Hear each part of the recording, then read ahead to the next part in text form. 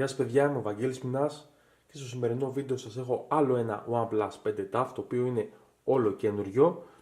Μου ήρθε πριν ελάχιστες μέρες, 2-3 ημερούλες, και το θέμα που έχει είναι αυτό ακριβώς. Δηλαδή το σημερινό βίντεο δεν έχει σχέση ούτε με unboxing ούτε με review, έχει σχέση με ένα OnePlus 5 TAF, το οποίο, όπως μπορείτε να δείτε και εσείς, έχει πρόβλημα στην οθόνη. Για να βάλουμε το κωδικό μας. Βλέπετε σίγουρα και τις γραμμούλες εδώ πέρα που εμφανίζονται. Στην αρχή, παιδιά, πίστεψα ότι ίσως είχε κάποιο θέμα με τα inverted colors. Βλέπετε πάλι πως αλλάξανε, τα οποία είναι εδώ πέρα, αλλά καμία σχέση. Δεν ήταν αυτό το θέμα. Είναι απενεργοποιημένο, όπως μπορείτε να δείτε τώρα, και τώρα είναι ενεργοποιημένο. Το απενεργοποιώ και το πρόβλημα εξακολουθεί να υπάρχει. Καμία διαφορά, δεν φταίει τίποτα στο λογισμικό της συσκευής, είναι ολοκαίνουργια, δεν έχει κανένα σημάδι πτώσης, δεν έπεσε ποτέ, είναι πραγματικά μια ολοκαίνουργια συσκευή και ήρθε έτσι προβληματική από το εργοστάσιο, παιδιά.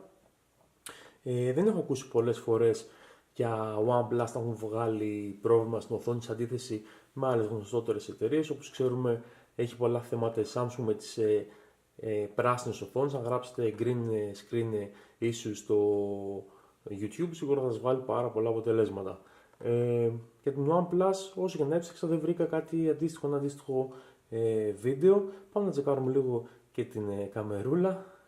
Βλέπετε πως τα δείχνει όλα. Σίγουρα όχι και ό,τι καλύτερο. Να πω ότι η συσκευή δεν είναι αγορασμένη από το επίσημο site της OnePlus. Αυτό σημαίνει ότι δεν το δέχεται πίσω για εγγύηση. Αυτό που θα κάνω όμως είναι να το επιστρέψω στο κατάστημα το οποίο το αγόρασα, το οποίο είναι το Gearbest, με το οποίο έχω ήδη επικοινωνήσει μαζί του και μου είπε ότι θα μου στείλει αντικαταστάτη.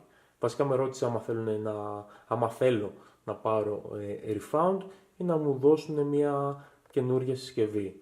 Και επίσης δεν θα επιστρέψω την συσκευή αυτή στην Κίνα, αλλά στην αποθήκη της Ισπανίας, όπως μου είπανε. Καλό αυτό το πράγμα, παιδιά. Σίγουρα ήταν μια ατυχία. Δεν προοριζόταν και για μένα το συγκεκριμένο τηλέφωνο, αλλά ευτυχώς θα λυθεί σύντομα το πρόβλημά μου. Αυτό λοιπόν ήταν το βίντεο με το προβληματικό OnePlus 5 TAF.